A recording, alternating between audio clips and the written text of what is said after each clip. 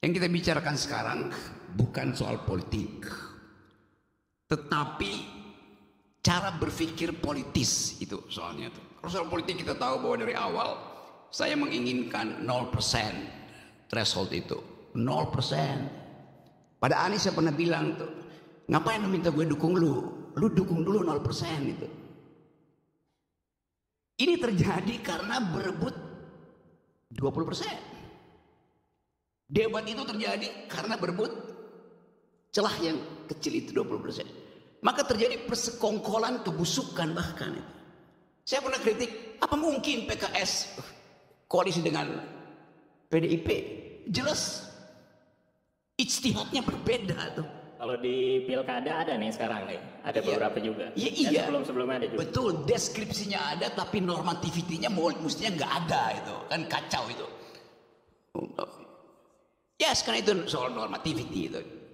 Saya bukan politisi, saya dosen dan pendaki gunung. Saya terlibat dalam politik karena saya pikir politik itu mesti diasuh dengan force of better argument. Force of the better argument. Siapa punya argumen terbaik, dia boleh ajukan itu sebagai dalil itu. Nggak boleh ada sentimen di situ kan. Karena itu saya memilih untuk menghina Presiden Jokowi. Bukan Jokowi sebagai persona. Yang saya ingat jabatan dia tuh. Yang saya ingat jabatan dia. Rocky Gerung menghina Presiden. Loh, Presiden bukan orang, Presiden itu fungsi jabatan. Presiden ada martabat. Presiden tidak punya martabat. Presiden itu disebut bermartabat ketika dia menjalankan fungsi sebagai raja. Karena tubuh publiknya menyatu dengan tubuh privat. Martabat itu hanya ada pada orang mereka yang disebut human dignity. Dignitasnya pada manusia. Itu satu frasa. Human dignity. Saya menghargai manusianya, bukan jabatannya. Itu yang mesti jelas di kita tuh. Karena itu saya heran. Kenapa kalau saya memaki-maki presiden, saya diomelin? Kenapa orang yang memuji-muji presiden tidak diomelin? Kan dunia deskripsi. Memuji dan memaki itu dua-duanya kualitas yang sama derajatnya. Pujian jadi pujian karena ada yang memaki. Makian jadi makian karena ada yang memuji itu. Bifurkasi itu yang mau saya terangkan. Saya terangkan sebagai dosen ya.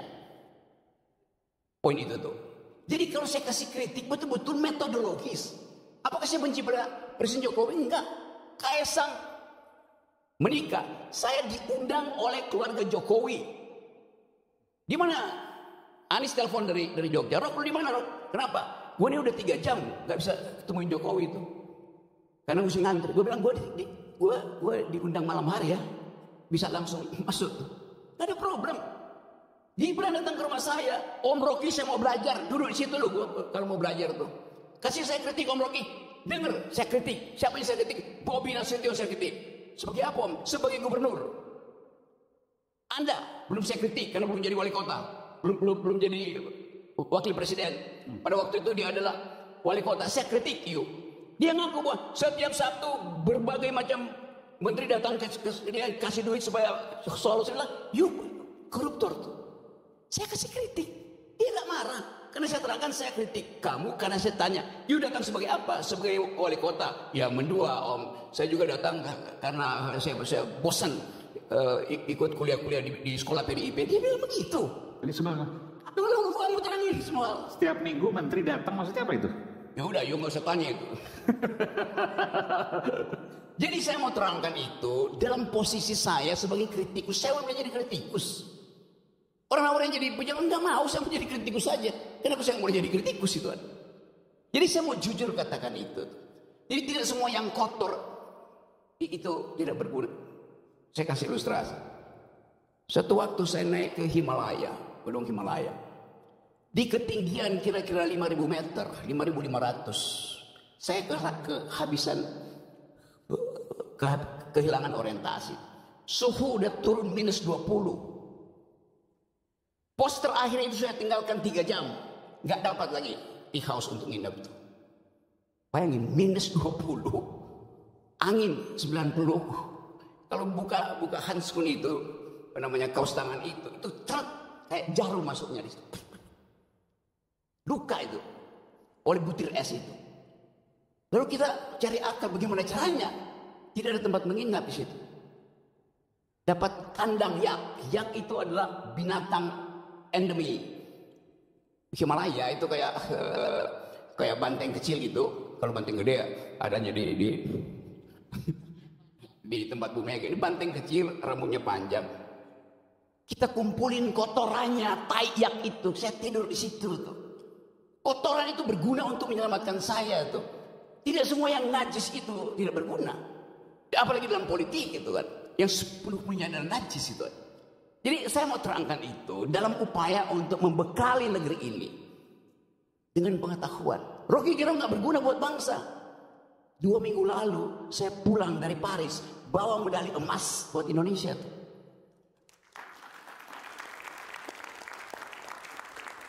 Apa dibiayai oleh negara? Tidak ada yang dibiayai oleh negara. Kita cari uang sendiri itu.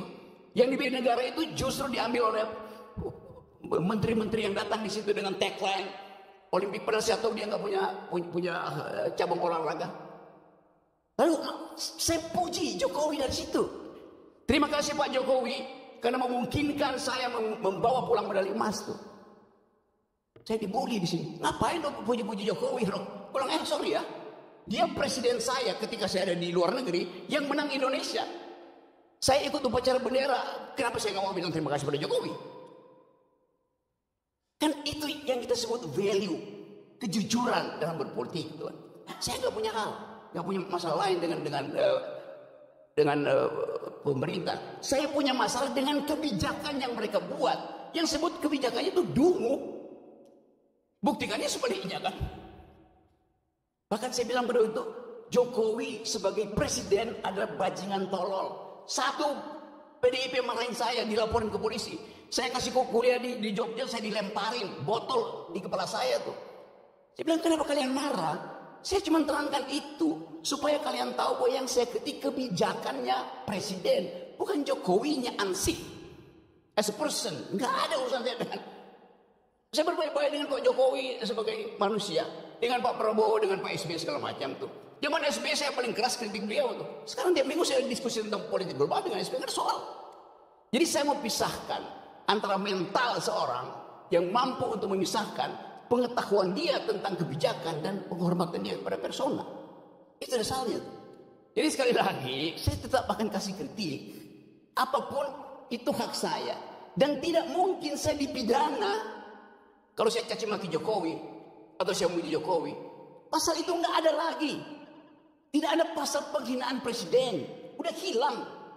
Siapa yang hilangin? Saya berjuang dari zaman 98 di LBH untuk hilangkan pasal itu. Jadi kalau dia kenapa Anda caci maki? Pasal itu nggak ada.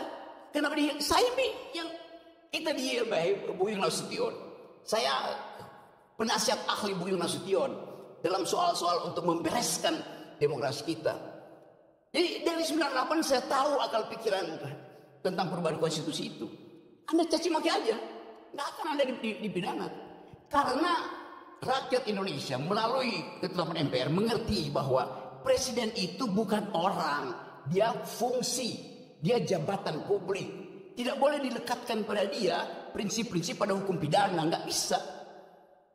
Yang tidak boleh kita caci maki adalah manusia di dalam keadaan pertemanan atau anak kenal. Orang yang nggak kenal ada caci maki, dia nggak bakal tersinggung. Demikian juga dalam perdebatan. Debat itu adalah kemampuan untuk mengolah argumentasi. Itu aja. Sebagai dosen, saya mengajar dari S1 sampai S3. Ayo bayangin coba. Dengan metodologi yang sama itu. Cara berpikir. Jadi bagi saya nggak ada soal itu. Saya akan terus kasih kritik. Saya akan terus kasih argumen. Tapi saya mencintai bangsa ini. Negeri ini saya cintai. Yang saya nggak cintai adalah politik busuk. Yang saya cintai adalah pejabat busuk, presiden busuk, menteri busuk. Ngapain cintain mereka tuh? Mereka umurnya 5 tahun. Bangsa ini umurnya sepanjang hidup. Itu poinnya. Jadi politik bukan the art of the possible. Kemungkinan bukan. Politik adalah the art of attacking the impossible. Yang impossible itu kita lenyapkan. Nah balik pada tema hari ini. Kita bicarakan sesuatu yang sebetulnya barang bekas semua nih. Yang kita tahu ini terjadi karena perebutan threshold. Mulailah dengan ucapan thresholdnya dibikin 0. Itu harusnya tuh. Supaya ada kesetaraan orang berargumen tuh. Supaya dia argumennya bagus. Bukan karena masa pendukungnya bagus. Karena itu saya terus mengatakan bahwa untuk menjadi calon presiden, calon wakil presiden, calon gubernur, calon bupati, calon apa aja, pakai prinsip pertama bukan elektabilitas, tapi etikabilitas. Ini calon pejabat ini pernah berbohong nggak? Pernah nyolong nggak? Kalau dia lolos etikabilitas, saya uji yang kedua, intelektualitas. Karena dia mesti berdebat dengan pemimpin dunia. Itu pentingnya latihan perdebatan. Dasar perdebatan adalah konstruksi berpikir. Dasar perdebatan adalah kemampuan untuk mengolah pikiran. Bukan sekedar untuk retorika, tapi dengan logika. Jadi kalau seseorang pemimpin, pilkada misalnya, dia lolos etikabilitas, oke, bagus, moralnya bagus. Tunggu dulu, belum selesai. Apakah dia mampu untuk mengunyah konsep ilmu pengetahuan, sejarah, etc. Jadi loloskan dia secara etikabilitas, loloskan dia secara intelektualitas, baru dia kita izinkan diuji elektabilitasnya. Begitu logikanya tuh. Bukan elektabilitasnya diuji duluan. Elektabilitasnya bisa disogok ke lembaga-lembaga survei kok.